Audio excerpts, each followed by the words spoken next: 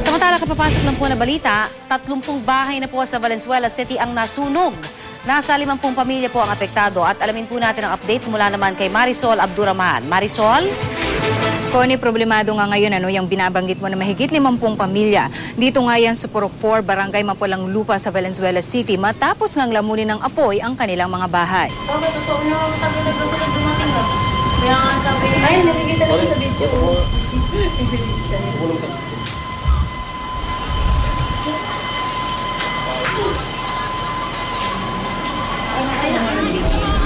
10:57 nga, Connie, nang unang itawag nga ng mga residente roon ang sunog na nangyayari sa compound na yan sa Valenzuela City. 10:59, agad po itinaas sa first alarm ang nasabing sunog na tumupok nga dyan sa may 30 kabahayan. Ayon nga dito sa fire chief ng Valenzuela City na si Superintendent Mel Jose Lagad, mabilis daw na kumalat ang apoy dahil dikit-dikit ang kabahayan.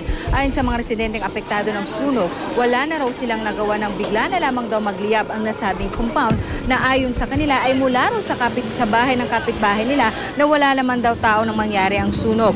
Inaalam pa rin ng Valenzuela City Fire kung ano talaga ang naging sanhi ng sunog. Pero hinala nila, mula raw ito sa isang appliance na naiwan na namang nakasaksak sa loob ng bahay. 11:21, Connie, itinaas na ito sa 5th alarm. Karamihan nga yan sa 50 pamilya na nawalan ng tirahan ay wala rin mga gamit na naisalba.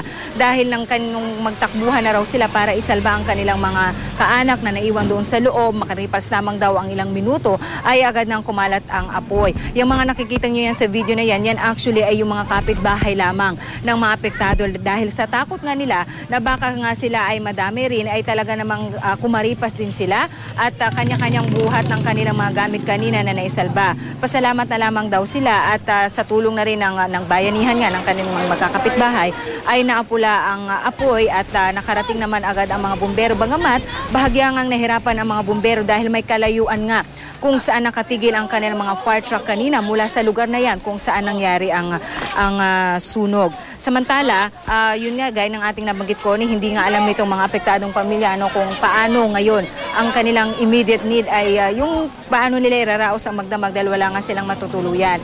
Pero kanina nakita naman natin na ang local DSWD ay nandoon na kanina para alamin ang kanilang pangangailangan. Gayunpaman, patuloy pa rin po ang kanilang panawagan ng tulong, damit at pagkain ang kanilang pong pangangailangan sa ngayon.